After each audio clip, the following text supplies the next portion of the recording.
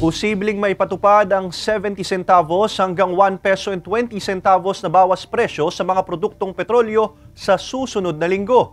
Hati naman ang reaksyon ng ilang jeepney at tricycle drivers sa ipatutupad na bawas presyo sa langis. Alamin yan sa report.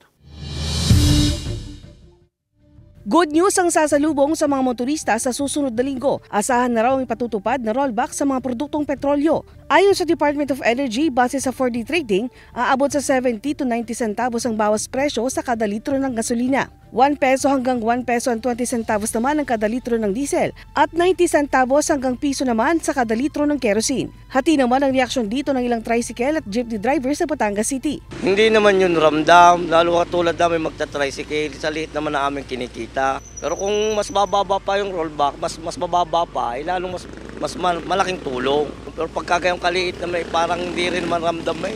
Salamat at bumaba naman. At sa amin, laking tulong na yan dahil ako maraming pinapakain.